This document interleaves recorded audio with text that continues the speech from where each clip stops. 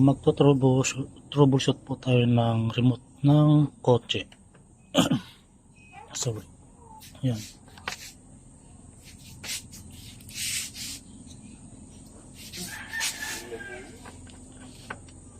Ground.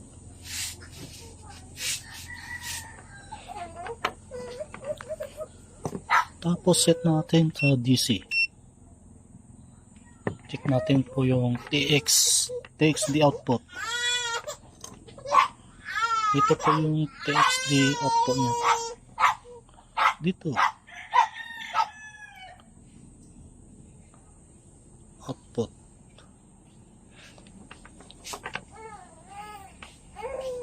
Tapos sa ating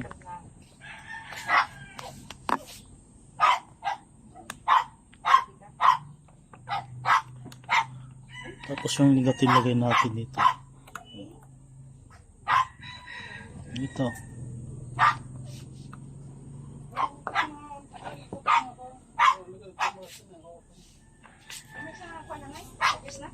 Dito po. Kita. Pag may lumabas na output dyan, means gumagana po yung chips. Yung IC.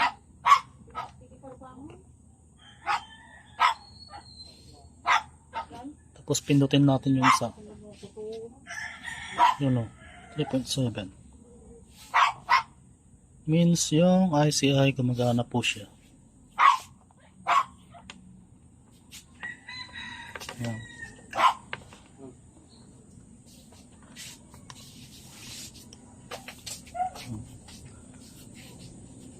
Tapos dito papunta po dito. Papunta dito. Ulit.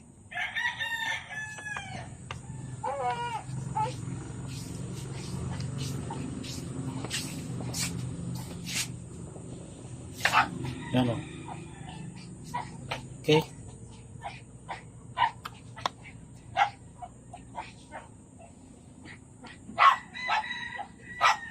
Pindot tayo ng isa.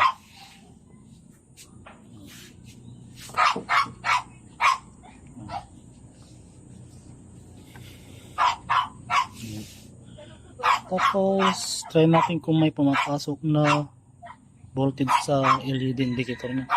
Tinanggal ko na po yung LED indicator niya kasi shorted na po kasi. Kaya ayaw gumagana. Check natin kung may pumupuntang voltage doon.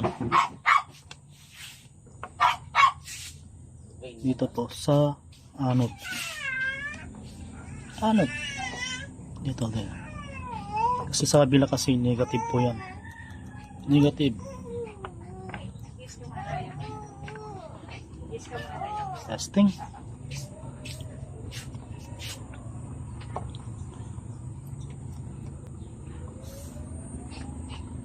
Tapos pindot po tayo ng isang kwan.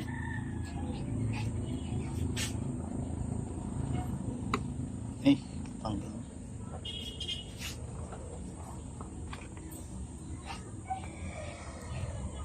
Yan po. 10.71. Magre-reduce na lang po yan pag nandito na po yung ito po yung magre-reduce ng voltage niya. Yung resistor.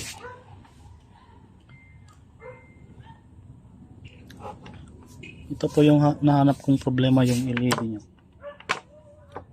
Asan na? Wala na. Ito. Shorted po siya.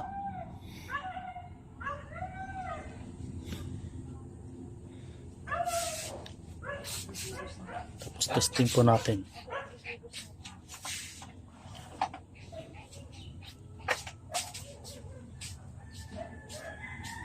Pag ayaw, baliktad din po natin.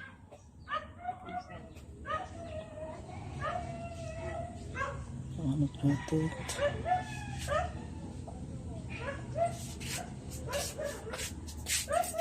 Ano?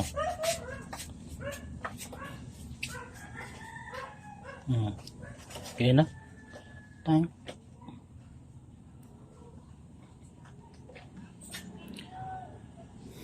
Lagay ko na lang po yung datasheet ng IC sa dito sa video.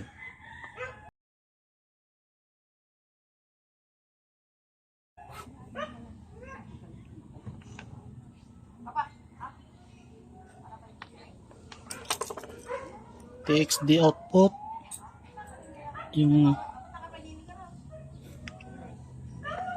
number 1 po yung may dot. Yan. Tapos yung pangalawa, yung supply niya. Third, yung ground. Tapos TXD output.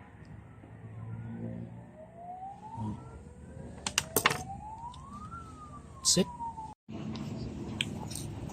Ang nilagay ko po palang indicator ay yung ganito.